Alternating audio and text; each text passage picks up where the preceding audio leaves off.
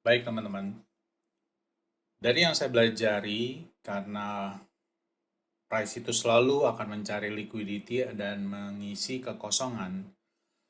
Liquidity yang merupakan sell stops atau buy stops atau juga level stop loss yang ditaruh oleh para trader. Maka kita berjaga-jaga supaya kita sendiri itu tidak menjadi korban stop loss dari price itu sendiri. Karena itu kita akan mendata ya. Saya akan memberikan info dari apa yang saya pelajari dari di Inner Circle Trader. Itu ada 3 news release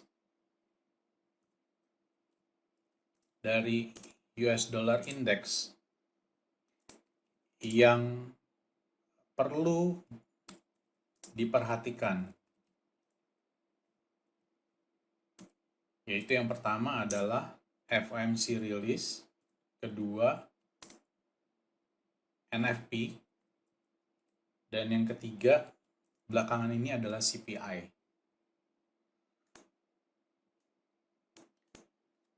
Maksudnya apa? Ketiga news driver ini adalah saat-saat yang membuat kita trader harus waspada. Ada beberapa pemikiran trader bahwa saya harus ikut news ini karena dia akan terbang tinggi. Sebetulnya ada yang betul, tapi kelihatannya banyak yang keliru juga. Perjalanan news itu dia akan mengisi liquidity, bisa berupa kekosongan, bisa juga berupa target. Maka kalau kita ngelihat news release itu ya, kadang-kadang tuh suka diaduk-aduk, terbolak-balik, dia naik ke atas, turun ke bawah, naik ke atas lagi. Jadi kita itu semua seperti dijebak. Karena itu yang harus di menjadi catatan kita adalah jika ingin trade, entry lah sekitar 30 menit sesudah news release.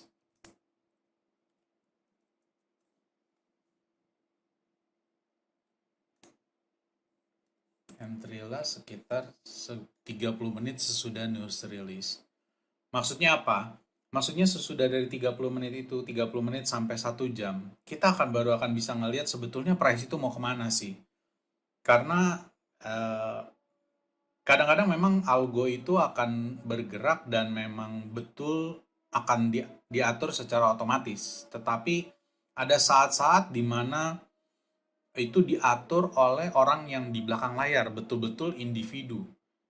Memang itu nggak setiap kali. Makanya ada news yang biasanya kok nggak bergeraknya besar ya. Tapi ada juga news yang bergeraknya itu sangat besar dan itu bolak-balik sehingga bisa dibilang hari itu sangat sedikit sekali bilangan orang-orang yang bisa mendapatkan profit. Ini hitungan satu dunia ya, bukan cuman di satu wilayah doang. Karena itu kalau misalkan mau trade, baik itu untuk FOMC itu adalah rate suku bunga US dollar ya, NFP non farm payroll biasa mengukur kemajuan indeks kemajuan dari industri selain dari pertanian di situ. Dan yang ketiga CPI. CPI itu belakangan itu dia bisa bergeraknya cukup banyak. Karena itu teman-teman kalau misalkan mau entry jangan entry misalkan 5 menit sebelum news release, jangan. Lebih baik entry-nya sekitar setengah jam sampai 1 jam sesudahnya, atau positioning trade itu bisa terjadi mungkin sekitar 12 jam sampai 1 hari sebelumnya, sebelum news release itu. Nah, sebelumnya itu biasanya kadang-kadang suka konsolidasi ya, bergerak konsolidasi. Nah, kalau gitu kita akan coba untuk melihat bagaimana kalau kita mau mengamati price untuk pada saat sebelum NFP. Ini adalah titik NFP ya. Saya coba tandain dulu. Ini adalah NFP.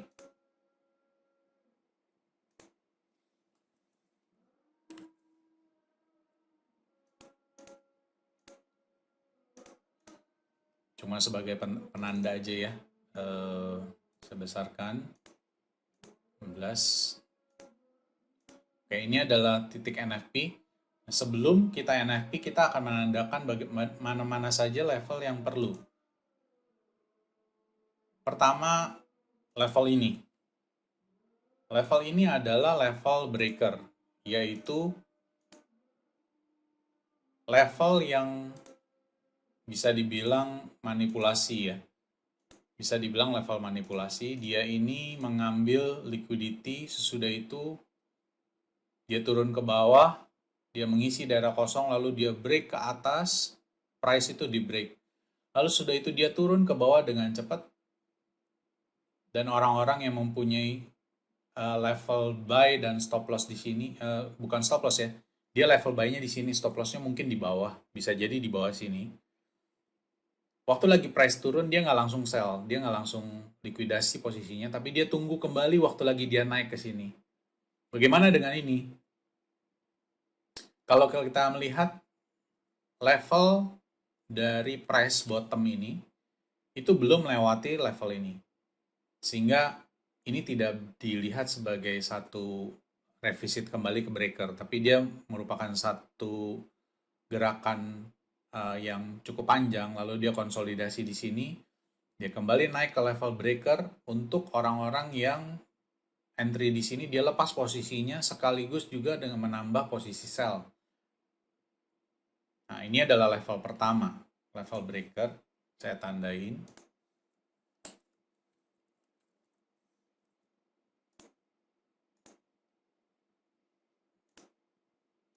Ini adalah posisi breaker, middle right. Oke. Lalu karena ini sudah liquidity sini sudah diambil, kita tidak tandai lagi. Liquidity terdekat mungkin ini.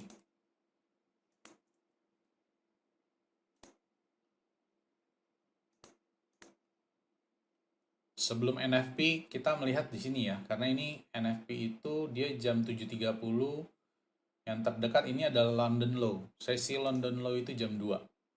Berarti ini seperti ini saya hapus dulu. Berarti ini 2 adalah sell side-nya liquidity. Lalu sesudah itu ada daerah kosong. Ini area yang harusnya direspek karena ini adalah order block namanya. Yaitu kalau misalnya kita mau buy, kita mencari daerah yang bisa potensial membuat mantul itu adalah daerah yang berlawanan dengan buy kita. Yaitu kalau kita mau buy berarti kita cari candle sell. Di sini candle down. Kalau kita mau sell, kita mencari candle buy-nya yang ini.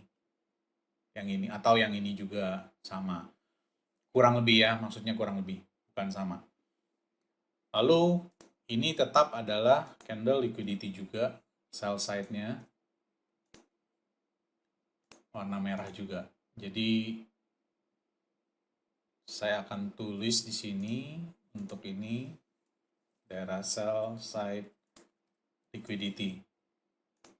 Maksudnya adalah tempat banyak orang menaruh stop loss karena itu dianggap sebagai daerah valid support. Ya. Lalu kita tandai juga, berarti di sini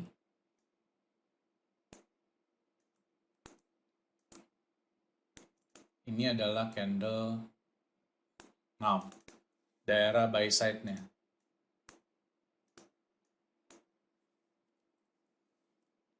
Ada orang yang menaruh stop loss di sini karena ini udah 2 ya. Udah 2. Jadi dia menganggap waktu lagi dia turun, wah ini merupakan stop loss saya sell dengan arah turun ke bawah. Oke, ini adalah time frame 1 jam, kita melihat yang 15 menit. 15 menit.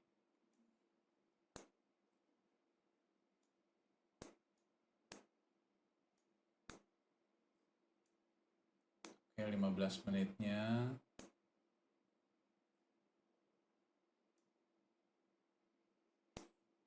Kita lihat lagi yang 5 menitnya.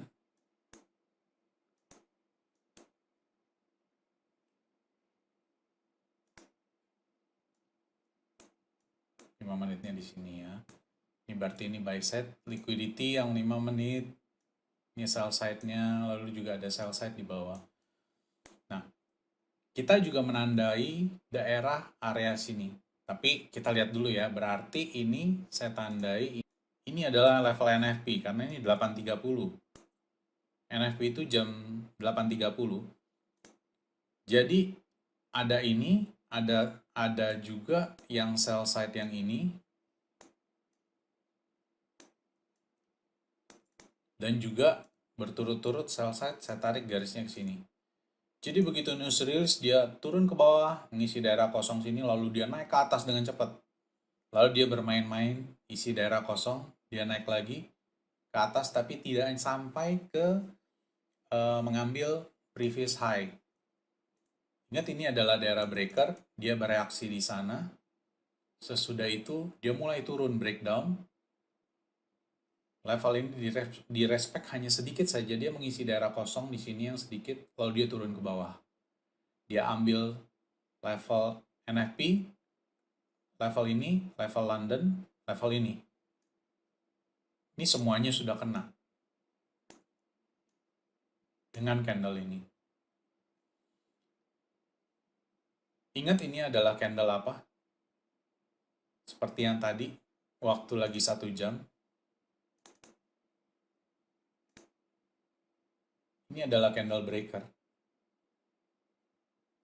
Dia naik ke atas, turun ke bawah, kembali lagi ke sana. Sama dengan ini. Dia naik ke atas, turun ke bawah dengan candle yang ini. Dia balik lagi ke atas. Saya tandain dulu ya. Ini adalah level breaker.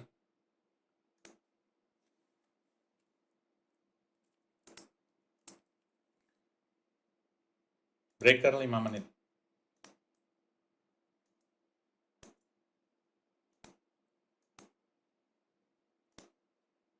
NFP sudah di take out. Semua sell side juga dari sini, sini, dan sini. Itu sudah diambil liquidity-nya. Sehingga liquidity terakhir adalah di order block ini dan juga di sini finalnya. Berarti waktu lagi dia itu udah naik. Sebentar saya besarkan sedikit.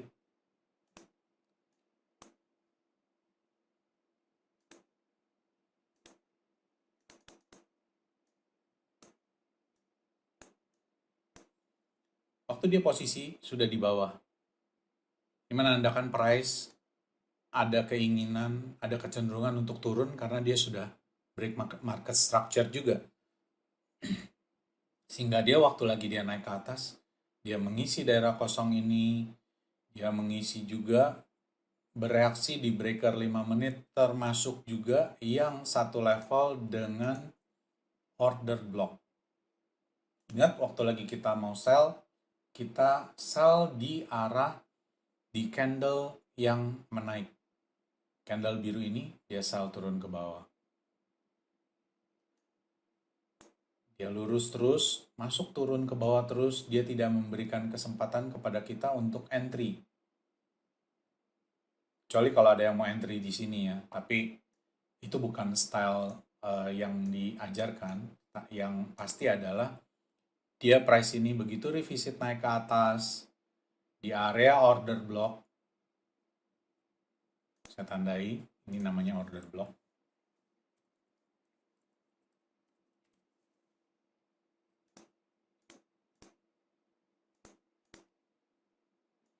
Di area order block, di area breaker 5 menit, dia langsung turun ke bawah, mengambil akhirnya sell side liquidity yang ini. Sehingga tujuan akhir saat itu tercapai.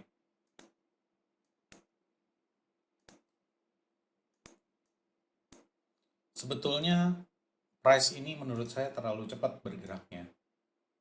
Terlalu cepat bergeraknya karena dia nggak mengisi daerah kosong sama sekali. Tapi dia turun terus sampai ke bawah.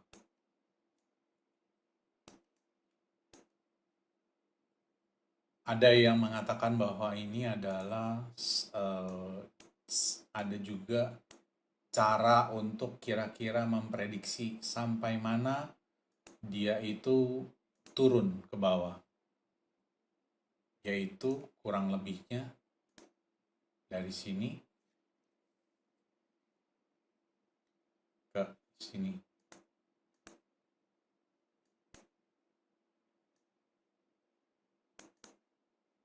Ke sini.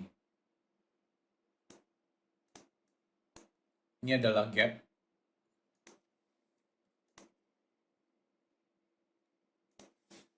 antara sini dan ini, ada daerah kosong. Di sini juga ada.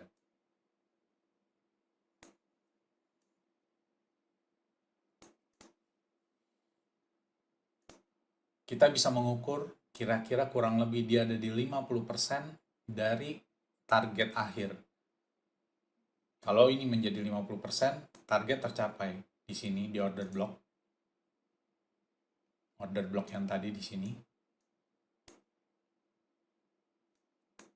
Higher time frame yang 1 jam.